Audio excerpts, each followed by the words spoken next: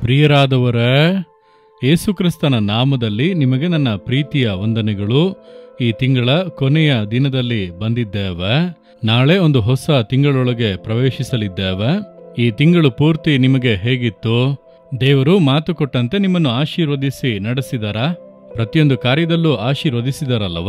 ಆತ್ಮಿಕ ಕಾರ್ಯದಲ್ಲಿ, ಕುಟುಂಬದಲ್ಲಿ, ಬಿಸ್ನೆಸ್ನಲ್ಲಿ, ನಿಮ್ಮ ಆರೋಗ್ಯದ ವಿಷಯದಲ್ಲಿ, ಮಕ್ಕಳ ವಿಷಯದಲ್ಲಿ, ನೀವು ಬೇಡಿಕೊಂಡ ಎಲ್ಲ ಕಾರ್ಯಗಳಲ್ಲೂ ಆತನು ಆಶೀರ್ವದಿಸಿದನಲ್ಲವ? ಆತನ ಬಳಿಯಲ್ಲಿ ಹೇರಾಳವಾದ ಆಶೀರ್ವಾದಗಳು ಇದೆ. ನಮಗೆ ಅವಶ್ಯ ಇರುವಂತ ಎಲ್ಲ ಆಶೀರ್ವಾದಗಳು ಇದೆ. ಎಲ್ಲ ವಿಧಗಳಲ್ಲೂ ನಮ್ಮನ್ನು ಆಶೀರ್ವದಿಸುವುದಕ್ಕೆ ಆತನು ಬಯಸುತ್ತಾನೆ.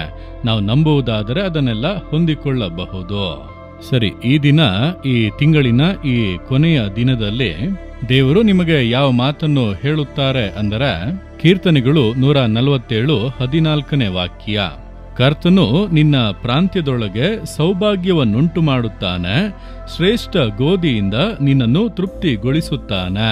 ನಿಮ್ಮ ಪ್ರಾಂತ್ಯದಲ್ಲಿ ಆತನು ಸೌಭಾಗ್ಯವನ್ನುಂಟು ಮಾಡಿ ಶ್ರೇಷ್ಠ ಗೋಧಿಯಿಂದ ನಿಮ್ಮನ್ನು ತೃಪ್ತಿಪಡಿಸುತ್ತಾನೆ. ಅಂದರೆ 2 ಆಶೀರ್ವಾದಗಳು: ನಿಮ್ಮ ಪ್ರಾಂತ್ಯ ಪೂರ್ತಿ ಸೌಭಾಗ್ಯ, ತೃಪ್ತಿಯಾದ ಆಶೀರ್ವಾದ.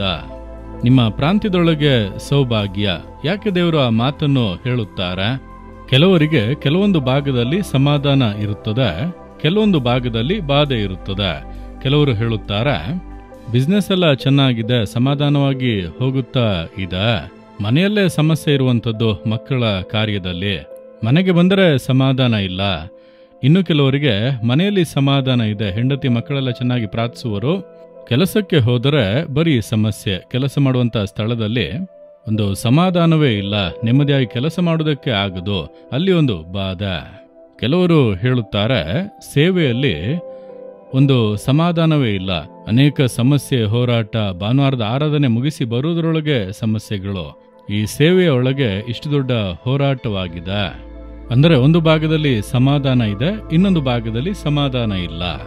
ದೇವರು ಹೇಳುತ್ತಾರೆ, ನಿನ್ನ ಪ್ರಾಂತ್ಯದೊಳಗೆಲ್ಲ ನಿನಗೆ ಸೌಭಾಗ್ಯ, ಸಮಾಧಾನ, ಅದುವೇ ದೇವರ ಇಷ್ಟ.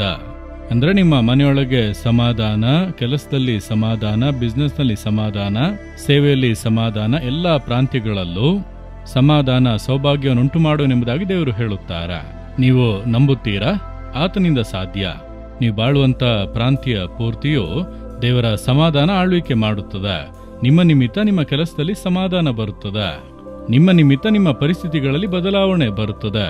ನೀವು ಅದನ್ನು ನಂಬಿರಿ. ದೇವರು ಅದಕ್ಕಾಗಿಯೇ ಸಮಾಧಾನ ಪ್ರಭುವಾಗಿ ನನ್ನ ಸಂಗಡ ಇದ್ದಾರೆಂಬುದಾಗಿ ನಂಬಿರಿ. ಅಷ್ಟು ಮಾತ್ರವಲ್ಲ, ದೇವರು ಹೇಳುತ್ತಾರೆ, ತೃಪ್ತಿಯಾದ ಆಶೀರ್ವಾದ. ಏನೋ ದೇವರು ಆಶೀರ್ವದಿಸಿದ್ದಾರೆ, ಏನೋ ಸಿಕ್ಕಿದೆ, ಆ ರೀತಿ ಅಲ್ಲ. ದೇವರು ನಮ್ಮನ್ನು ತೃಪ್ತಿಯಾಗಿ ಇಟ್ಟಿದ್ದಾರೆ. ದೇವರು ಯಾವಾಗಲೂ ಸಾಕು ಸಾಕು ಅನ್ನುವಷ್ಟು ಮಟ್ಟಿಗೆ ತೃಪ್ತಿಗೊಳಿಸುವಂತ ದೇವರು. ಈಗ ನೋಡಿ, ಯೇಸುಕ್ರಿಸ್ತನ ಪ್ರಸಂಗ ಕೇಳುವುದಕ್ಕೆ ಸಾವಿರಾರು ಜನರು ಬಂದರು. ಅದರಲ್ಲಿ ಗಂಡಸರೇ 5,000, ಹೆಂಗಸರು ಮಕ್ಕಳನ್ನೆಲ್ಲ ಸೇರಿಸಿದರೆ 20,000ಕ್ಕಿಂತ ಹೆಚ್ಚಾಗಿ ಇರುವರು. ಆಗ ದೇವರು ನೋಡಿದರು, ಇವರನ್ನು ಹಸಿವಿನಿಂದ ಕಳಿಸುವುದು ಬೇಡ. ಆರಂಭದಲ್ಲಿ ಏನೋ ಒಂದು ಸ್ವಲ್ಪ ಕೊಡೋಣ, ಒಂದು ತುಂಡು ರೊಟ್ಟಿಯನ್ನು ಮಾತ್ರ ಕೊಟ್ಟು, ಸ್ವಲ್ಪ ಮೀನು ಕೊಟ್ಟು ಇಲ್ಲಿ ತಿನ್ನಿ, ನಂತರ ಮನೆಯಲ್ಲಿ ಹೋಗಿ ತೃಪ್ತಿಯಾಗಿ ಊಟ ಮಾಡಿ ಎಂದು ಹೇಳಲಿಲ್ಲ. ತೃಪ್ತಿಯಾಗಿ ಊಟ ಮಾಡುವವರೆಗೂ ದೇವರು ರೊಟ್ಟಿಯನ್ನು ಕೊಡುತ್ತಾರೆ, ಮೀನನ್ನು ಕೊಡುತ್ತಾರೆ, ಆಶೀರ್ವದಿಸುತ್ತಾ ಅದು ಹೆಚ್ಚುತ್ತಲೇ ಇದೆ. ತೃಪ್ತಿ ಆಗಬೇಕು.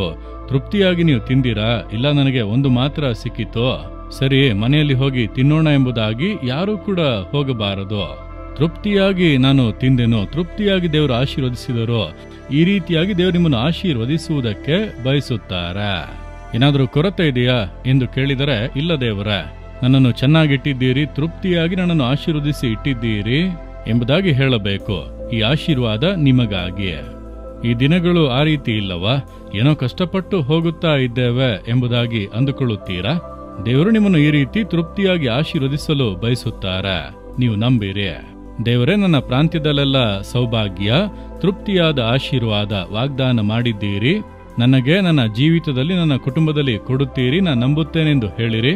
ಆ ಆಶೀರ್ವಾದವನ್ನು ಕಾಣುವಿರಿ. ಪ್ರಾರ್ಥಿಸೋಣವ. ನನ್ನ ಪ್ರಾಂತ್ಯದಲ್ಲೆಲ್ಲ ಸೌಭಾಗ್ಯ, ನನ್ನ ಜೀವಿತದ ಎಲ್ಲ ಭಾಗಗಳಲ್ಲೂ ಸಮಾಧಾನ. ನೀ ಮಾತು ಕೊಟ್ಟಿದ್ದೀರಿ, ಅದನ್ನು ಮಾಡುತ್ತೀರಿ.